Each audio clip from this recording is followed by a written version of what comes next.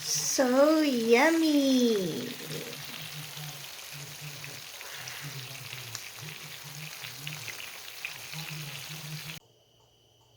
Hi guys! Welcome back to my channel.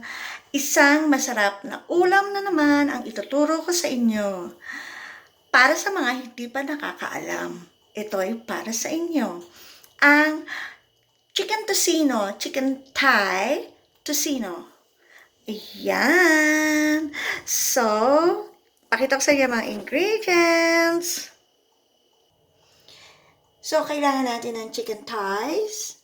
Ayan, nilinis ko na siya. Tinanggalan ko na siya ng atay-atay. At saka yung kanyang puwit. At hiniwa ko rin siya dito sa gitna para pumasok ang lasa niya pag marinate natin siya. So, ang pang-marinate natin ay asin, ang syrup ng pineapple, ayan, at saka brown sugar, at saka tomato sauce or ketchup, at of course, ang garlic, tatagtarin natin ng pinang-pino. So, yan muna ang gagawin natin. Magmamarinate tayo ng chicken. Mga 3 to 4 hours, ganyan. So, lagyan natin ng 1 teaspoon salt.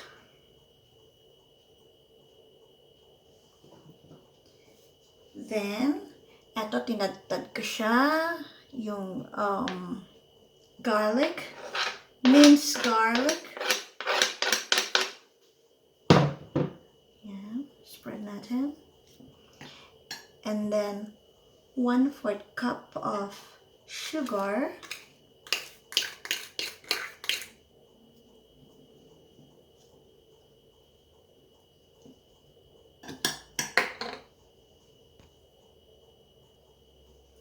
Then 3 tablespoons of tomato sauce or ketchup. 2,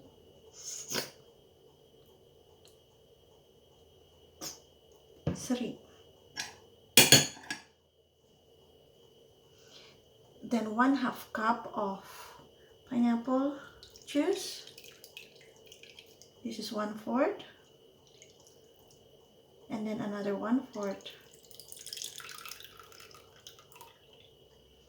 Sakto lang siya. Yan, marinate lang natin siya, mix lang natin siya.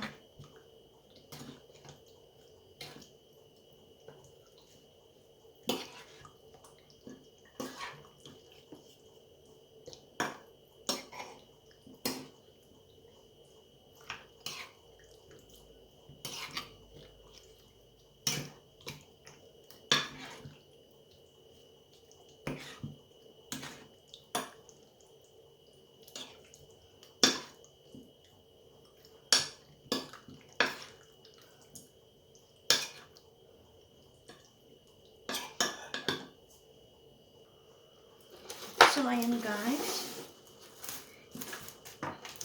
Takpan natin, then lagyan natin sa fridge for 3 to 4 hours. So, guys, ayan na siya. Kung napapansin nyo, mapula siya, color red, kasi nag-drop ako ng food coloring, mga 2 patak na food coloring, para medyo mapula-pula siya at mukha siyang tocino. At saka binaliktad ko rin siya. Yan, kanina.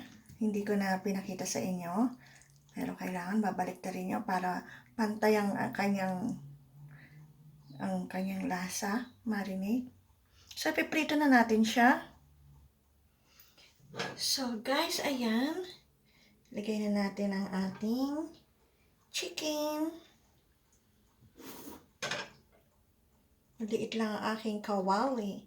Pero kung mas malaki ang kawali nyo, mas maganda. Ang lalaki din kasi ng hiwa ng chicken thigh dito. Malaki. Yan. Then, buhos natin to. Yan. Tapan natin. Pakuluin lang natin, tapos babalik na rin natin siya at patutuyuin. Ganun lang kasimple. So guys, ayan, kumukulo na siya. Balik na rin natin. Hindi ko na siya nilagyan ng water dahil lumabas ang water niya from the chicken.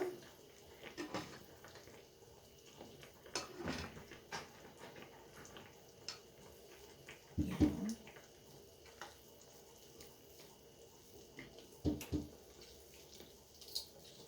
Takpan natin ulit at patuyuin natin. Guys, patuyo na siya. Lumabas na yung oil niya, kaya hindi ko na siya lalagyan ng mantika. Ayan guys, natutuyo na siya. Ayan, look at that. Lumabas na ang kanyang kulay. Kulay tocino na siya.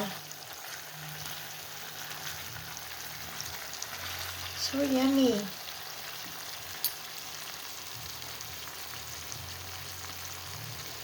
So yummy.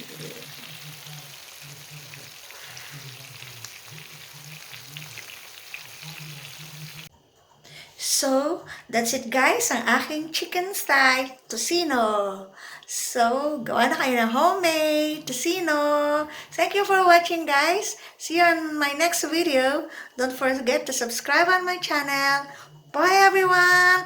Mwah, mwah, mwah. Hugs to all.